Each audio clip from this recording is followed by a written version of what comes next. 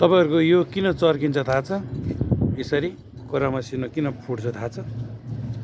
अनि वालमा यस्तो आउँछ, अनि तपाईँको यतापट्टि प्याराफिट वाल पनि यसरी फुट्छ, पट पट पट पट पट चर्किन्छ, यसरी घाँसहरू उम्रिन्छ।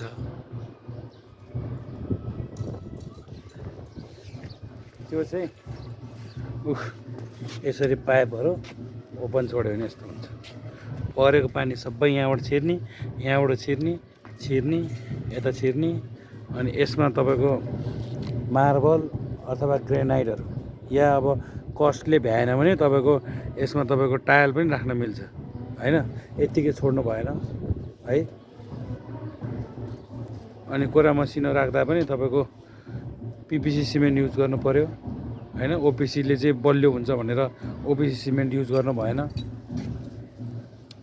अनि तपाईँको वायरहरू यो एकछिनको लागि मात्रै झिलिमिली हो, त्यसपछि यो बाल्दैन, हामीले युजै गर्दैन, यो युजमै आउँदैन।